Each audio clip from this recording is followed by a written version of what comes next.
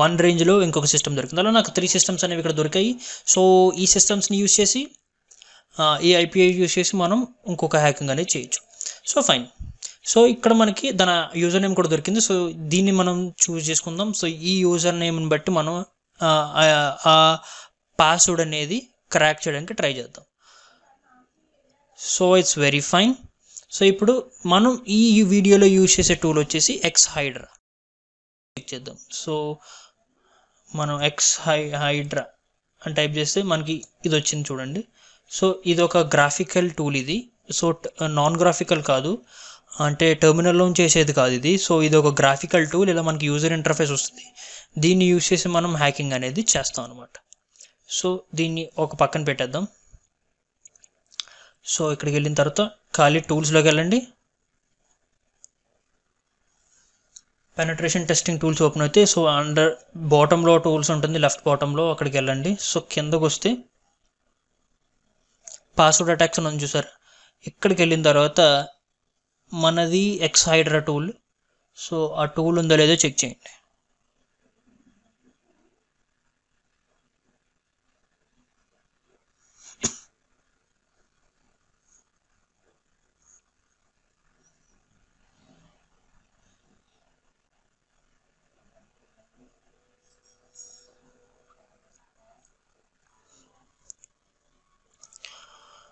So మన scan complete అయిపోయింది కదా. సో ఎక్స్ హైడ్రా ఇది. సో దీన్ని ఎలా అయినా డైరెక్ట్గా ఓపెన్ చేయొచ్చు, లేకపోతే ఒక టెర్మినల్లో ఓపెన్ చేయండి.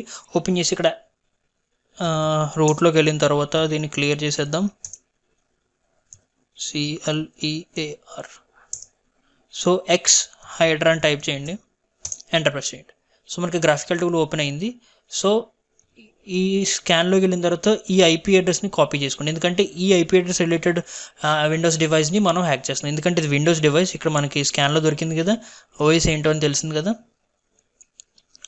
సో ఇది విండోస్ XP or 7, మ్యాక్సిమం ఇది విండోస్ 7. సో 85%.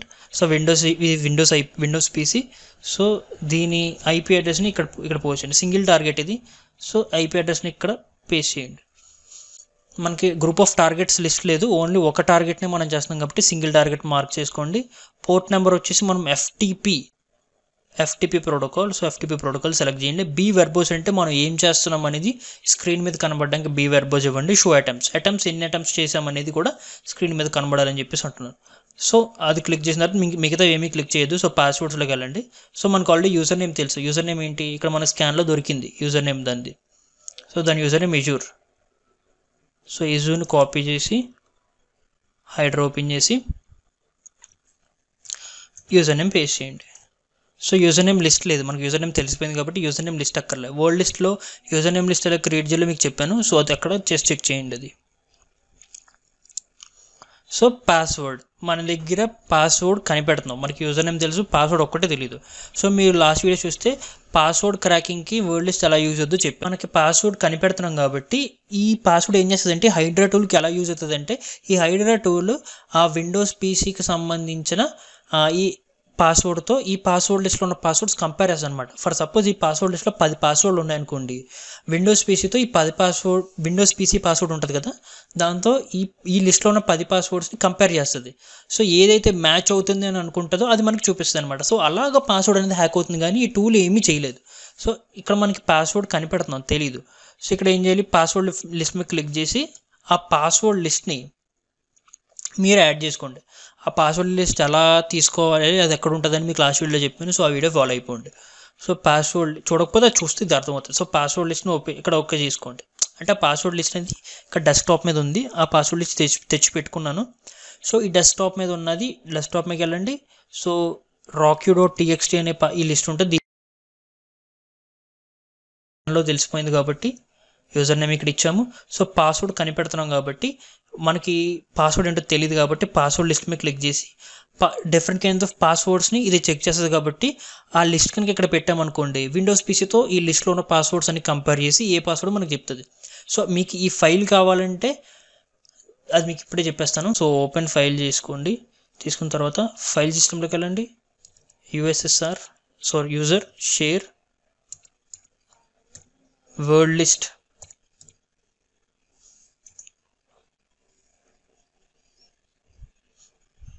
క్లిక్ చేసి ఈ rocky.txtని కాపీ చేసుకొని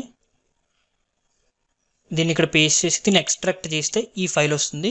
సో మీరు ఇక్కడికి వెళ్ళిన తర్వాత పాస్వర్డ్స్లోకి వెళ్ళాక పాస్వర్డ్ లిస్ట్లోకి వెళ్ళాక దీని మీద క్లిక్ చేసి అక్కడ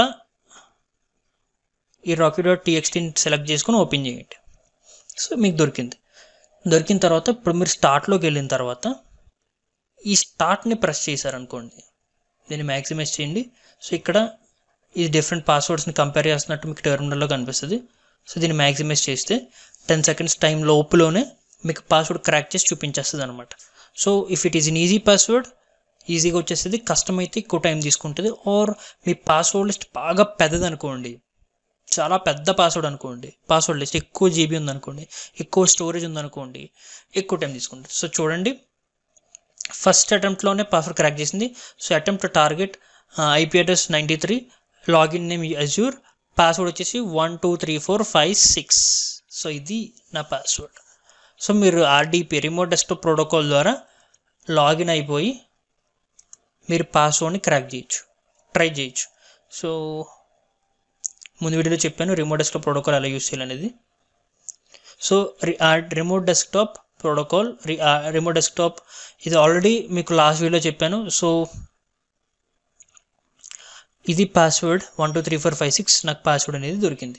సో ఈ పాస్వర్డ్ నీకు ఎలా తెలిసి ఇదే పాస్వర్డ్ అనుకుంటే, సో మీకు ఆల్రెడీ రిమోట్ డెస్క్టాప్ ప్రోటోకాల్ అని లాస్ట్ వీడియోలో చెప్పాను. సో ఆ వీడియో చూస్తే మీకు క్లియర్గా అర్థమవుతుంది. So remote desktop protocol open చేద్దాం ఒకసారి.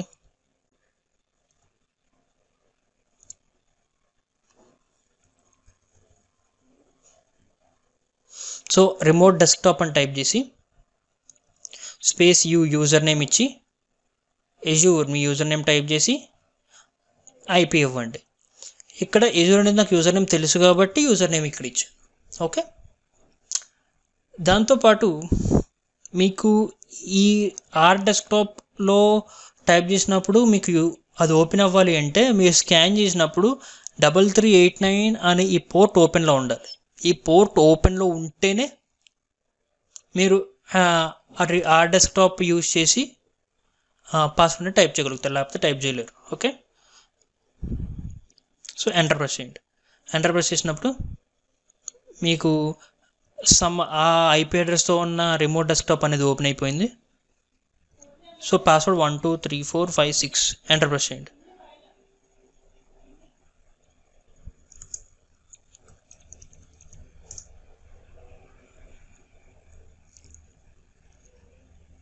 సో గైస్ ఈ విధంగా మనం విండోస్ PCలోకి ఎంటర్ అవుతాము. సో గైస్ మనం ఈ విధంగా విండోస్ PCలోకి ఎంటర్ అయిపోయాము. సో ఈ విధంగా ఒక డివైస్ని హ్యాక్ చేయొచ్చు. సో ఈ విధంగా పాస్వర్డ్స్ని క్రాక్ చేయొచ్చు.